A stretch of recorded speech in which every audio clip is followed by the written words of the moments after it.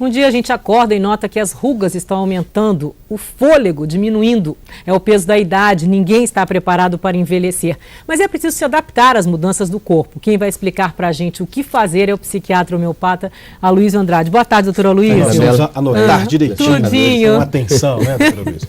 Quando é que a gente começa a envelhecer mesmo, assim? Isabela, lembrando a música do Vinícius de Moraes, né? A gente mal nasce e começa a morrer. Quer dizer, o processo de envelhecimento, ele se inicia no nascimento. Quer dizer, a partir do momento que a criança nasce, já há um processo de envelhecimento a partir de então. Só que até os 21, 22, podemos dizer até por volta dos 25 anos de idade, esse envelhecimento, ao invés de ser um envelhecimento, vamos chamar de destrutivo, ele é um envelhecimento de amadurecimento. Então as células vão se tornando mais maduras, a pessoa vai se tornando então, essa criança vai se tornando então mais bem posicionada na vida. Então até esse momento a gente entende como sendo um envelhecimento até que benéfico, porque de maturidade.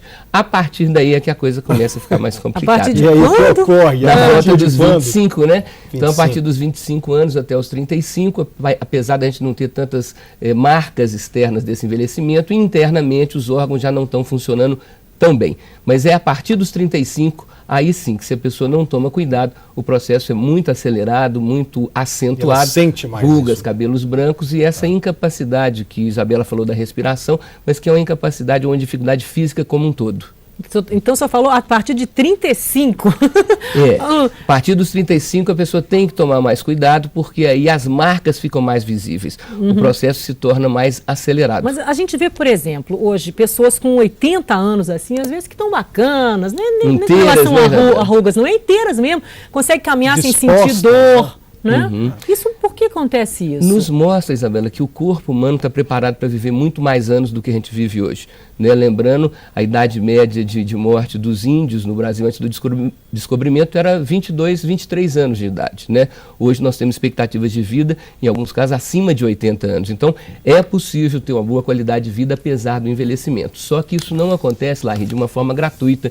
Não basta ir vivendo para poder, então, termos esse benefício que seria o quê? De envelhecer com sabedoria e de envelhecer com qualidade. Até os 18 anos a gente mente a idade para mais, Claro, para chegar à maioridade. E depois, mente para menos. Por que a gente tem essa a pressa confusão? de chegar aos 18 tem a ver com vários fatores, mas os principais são o corpo físico, que no homem então ele fica mais forte, né? Os rapazes ficam mais vigorosos, as moças, as meninas ficam mais mulheres, então é um desejo que, é claro, a gente entende. E tem a questão também, Laí, da autonomia, ou seja, a partir dos 18 a pessoa tem então a maioridade, então ela pode tirar uma carteira, pode dirigir um carro e teoricamente ela não precisa de prestar tanta satisfação aos pais. É o tal sonho de liberdade, né? Exatamente. A partir daí, o que acontece? A gente vai vendo que a pessoa vai tendo, com o passar do tempo, clareza de que se gastar muita energia, ela paga um preço maior. Por exemplo, quando jovens, quantas vezes a pessoa passa uma noite numa festa, quantas vezes a pessoa se desgasta e não percebe tanta diferença. Depois de um tempo,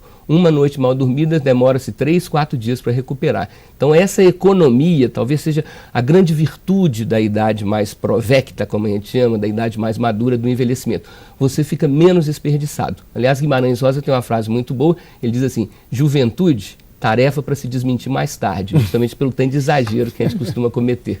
Bom, o que acaba acelerando o envelhecimento e o que é bom para não envelhecer? O que o senhor pode resumir para a gente? Isabela, fazendo o raciocínio geral, nós temos 3 fatores, que são os hábitos, a genética, né, o que a gente herdou de família, e o ritmo da nossa vida. Nós podemos dizer que o que mais prejudica são os ritmos inadequados. Então, a alimentação, que pode ser uma alimentação inadequada no conteúdo, ou várias horas sem comer e depois a pessoa come muito. Quantas pessoas deixam para jantar perto da meia-noite? Quer dizer, a gente sabe que isso não é bom. Então, a alimentação como combustível é fundamental, né, vamos dizer, se ela for mal conduzida, ela atrapalha muito.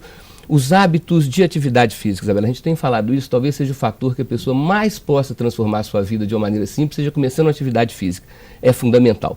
Outra coisa que também é muito importante nesse processo aí de acelerar é a exposição ao sol. Né? A pessoa tem que ter esse cuidado de tomar o sol, se for tomar o sol no início do dia, até às 10 horas da manhã, no máximo. A poluição é outro fator completamente comprometedor na nossa saúde, nesse sentido de estragar o nosso corpo físico. Com o passar dos anos, a gente fica mais econômico na dosagem de energia? Deixa a bola rolar, ao invés de correr atrás dela? O que acontece, Laíra, é que a gente fica mais sábio, né? A gente espera que ao envelhecer a gente fique mais sábio. E com isso, então, a gente não exagera nessa questão do gasto energético. Então a gente não se preocupa tanto com coisas simples, a gente não tem tanto aquela coisa de antecipar, de ficar sofrendo por antecipação. Adquire sabedoria? Isso, a sabedoria seria o quê? Um desenvolvimento emocional e um desenvolvimento espiritual.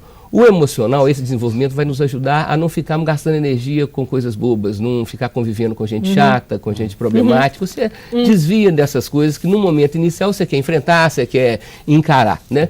E o desenvolvimento espiritual nos ajuda, então, a enfrentarmos as perdas, as dores, os sofrimentos com mais galhardia, com mais sabedoria, com menos reclamação. A gente entende que a reclamação é uma das coisas que mais nos faz envelhecer, porque a gente vai queixando, e o que está médio parece ruim, ou o que está bom parece médio. E o que ele esqueceu de contar, água e viajar, viu, gente? Ele falou que é bom. E deixar música, instrumentos, então, coisas novas, gente, fundamental isso, buscar atividades que você ainda não fez na sua vida. Obrigada, doutor. A gente espera daqui a 15 dias.